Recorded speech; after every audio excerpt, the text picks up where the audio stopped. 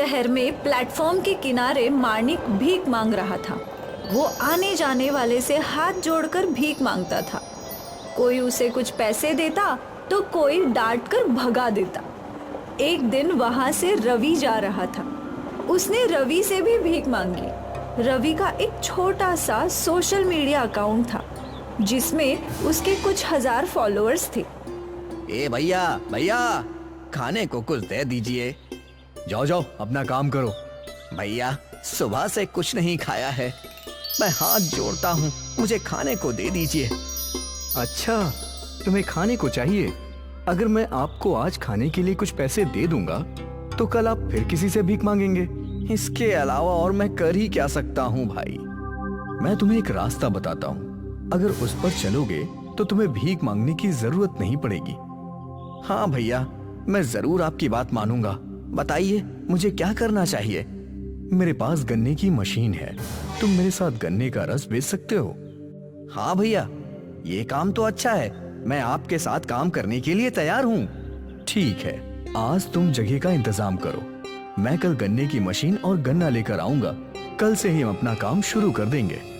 मानिक को ये आइडिया पसंद आया। रवि चला गया।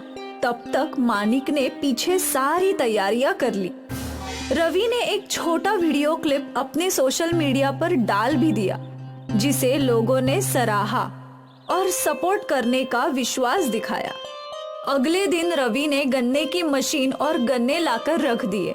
मानिक ने भी सारा काम कर दिया। रवि की वजह से वहां पहले दिन से ही काफी ग्राहक आने शुरू हो गए और उनका काम अच्छा चलने लगा। भिखारी दिखने वाला मानिक अब नए और अच्छे कपड़ों में बैठकर गन्ने का रस बेचने लगा। रवि की सोशल मीडिया फॉलोअर्स की वजह से वहां एक लंबी लाइन लगती थी और सभी बहुत खुश होकर गन्ने का रस पीते और फिर रवि के साथ फोटो खींचकर अपलोड कर देते थे। मानिक, मुझे लगता है कि अब इस एक मशीन से काम नहीं चलेगा। हाँ भैया, भीड़ ही इतनी आ रही है कि सबको इंतजार कराना पड़ता है। हमको ये काम बढ़ाना होगा। हाँ, मैं कुछ और मशीनें मंगवा देता हूँ, साथ ही काम के कुछ लड़के भी रख लेना। हाँ ठीक है भैया, हम रख लेंगे। रवि ने नई मशीन मंगवाई और बैठने के लिए अच्छा अरेंजमेंट कर दिया। साथ ही काम करने के लिए 2 लड़के भी रख लिए। मैंने ये काम करवा दिया है। मैं कुछ समय के लिए शहर से बाहर जा रहा हूँ, तुम सारा काम अच्छे से संभाल लेना। बिल्कुल, फिक्र मत करो भैया, मैं सब संभाल लूंगा। तुम जानते हो मानिक कि मैं यहाँ तक कैसे पहुँचा? भैया आप तो महान हो। नहीं नहीं, ऐसा कुछ नहीं है, मैं कोई महान नहीं हूँ। भैया आप यहाँ तक कैसे पहुँचे? पहले भी मैं गन्ने का रस बेचता था, लेकिन मेरे हाथ में फोन आया और मैंने उसका सही उपयोग किया, जिसके बाद मैं इतना फेमस हो गया। फिर गन्ने का रस? हाँ, जब मैंने वीडियोस बनाने शुरू किए तो गन्ने का रस बेचने का समय ही नहीं मिलता था और मैंने ये बंद कर दिया। लेकिन अब मैं इसे चला नहीं पा रहा था, लेकिन अब तुम आ गए हो तो मेरा ये काम भी चल जाएगा। हाँ भैया, मैं इसे अच्छे से चलाऊंगा, पूरी ईमानदारी से इसे चलाऊंगा। आपका नाम ऐसे ही ऊंचा करके रखूंगा, आपके नाम से ही गन्ने का रस बिचेगा। अरे नहीं नहीं, तुम इस दुकान को अच्छे से चलाना, बाकी तो मैं संभाल लूंगा। मैं तुम्हें हर महीने तनख्वाह दूंगा। भैया आपने तो मुझे सड़क से उठाकर मेरी जिंदगी बदल दी। रवि ने ये वीडियो भी शूट की और सोशल मीडिया पे अपलोड कर दी। मानिक ही अब सारा काम देख रहा था। रोजाना की गन्ने के रस की कमाई देखकर मानिक को ये विचार आया, रोजाना इतने पैसे की कमाई होती है और मुझे तो इनमें से तनख्वाह के नाम पर कुछ पैसे ही मिलेंगे। अब मुझे कुछ और करना होगा। मैं यहाँ नौकर बन के नहीं रह सकता हूँ, मुझे पैसे कमाकर अमीर बनना है। मानिक के मन में लालच आ गया और उसने लालच को बढ़ा भी लिया। मानिक ने सबसे पहले गन्ने के रस में पानी मिलाना शुरू किया। ए नौकर, गन्ने के रस में ज्यादा से ज्यादा बर्फ और पानी मिलाओ। हमें 1 गिलास रस में 3 गिलास बनाकर बेचना होगा, तभी कुछ मुनाफा कमाएंगे। मालिक, ये तो गलत है ना? कोई हमारे पास विश्वास और प्यार के साथ आ रहा है, और हम वो विश्वास तोड़ रहे हैं। तू नौकर है और नौकर बनकर रह। ज्यादा जबान चलाई तो नौकरी से निकाल दूंगा। सॉरी मालिक। इस तरह मानिक गन्ने के रस में मिलावट करके लोगों को बेवकूफ बनाने लगा, क्योंकि लोग रवि के नाम से वहां आ रहे थे और सोशल मीडिया पर वहां रस पीकर फोटो अपलोड करने का अलग ही क्रेज था। लेकिन ये ज्यादा दिन तक नहीं चल सकता था।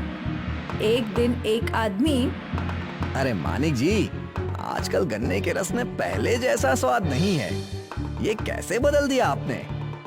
अब ये गन्ने मैं थोड़ी ना उगाता हूँ और ना ही मैं इसके अंदर चीनी घोल सकता हूँ। अरे भैया, नाराज काहे हो? मुझे थोड़ा स्वाद अलग लगा तो मैंने बोल दिया। धीरे धीरे सभी इस बात को नोटिस करने लगे, लेकिन अभी भी लंबी लाइन वहां लगती थी। मानिक का लालच इतने से भी पूरा नहीं हुआ, तो उसने दूसरा आइडिया सोचा और गन्ने के रस के दाम बढ़ा दिए। उसने नए दाम के नए बोर्ड लगवा दिए, जिसके बाद कुछ लोगों को ये अजीब लगा और उन्होंने आना कम कर दिया। लोग खुद कितने लालची और कंजूस हैं। थोड़े से दाम क्या बढ़ा दिए, लोग यहाँ आना छोड़ रहे हैं। अरे 5-10 रुपए से क्या ही फर्क पड़ता है। मानिक ने खुद को नहीं बदला, लेकिन ग्राहक आने कम हो गए। रवि भी शहर से लौट आया। रवि ने देखा कि वहाँ भीड़ बहुत कम है। वो यह देखकर हैरान हो गया। मानिक, आजकल ग्राहक नहीं आ रहे हैं, क्या बात है? पहले तो यहाँ लंबी लाइन हुआ करती थी। ग्राहकों की मर्जी, वो आए या ना आए, इसमें मेरी क्या गलती है? तुमने ये नए दाम क्यों बताए? इतना महंगा करने की क्या जरूरत थी? जब इतना ज्यादा पसंद कर रहे हैं तो मुझे लगा कि ज्यादा पैसे भी पसंद करेंगे। तुमने तो मेरा सारा व्यापार डुबा दिया। ये मेरा व्यापार है, मेरा काम है। तुम कौन होते हो मुझे कहने वाले या सिखाने वाले? मेरा जैसा मन करेगा मैं वैसा ही करूंगा। सारा सेटअप मैंने किया और तुम कह रहे हो कि ये तुम्हारा है? हाँ, ये मेरा ही है। इससे पहले मैं पुलिस को बुलाऊं, तुम यहाँ से चले जाओ। मैं सोशल मीडिया इन्फ्लुएंसर हूँ। मेरे फॉलोअर्स पहले ही दिन से मेरे सारे ब्लॉग्स देख रहे हैं, वो सब जानते हैं। रवि इस समय भी लाइव आया हुआ था। उसके फॉलोअर्स को बेईमान गन्ने वाले मानिक का सच पता चल गया। कुछ लोग आए और ये देखकर मानिक को पीटने लगे। मानिक वहां से जान बचाकर भागा। रवि ने उस दुकान को उस पर रहने वाले दोनों लड़कों को दे दिया और वो दोनों उसे अच्छे से चलाने लगे। मैं आप दोनों को ये दुकान दे रहा हूँ, लेकिन तुम इसे ईमानदारी से चलाना। हम दोनों इसे पूरी ईमानदारी से चलाएंगे। दोनों ने रवि को विश्वास दिलाया और पूरी ईमानदारी से दुकान चलाने लगे। रवि के सारे फॉलोअर्स दुकान पर वापस आने लगे। धीरे धीरे काम बढ़ गया और सब पहले जैसा हो गया। बेईमानी बर्बादी का रास्ता है, जबकि ईमानदारी की तरक्की से पैर जमीन पर रखकर भी आसमान छुआ जा सकता है।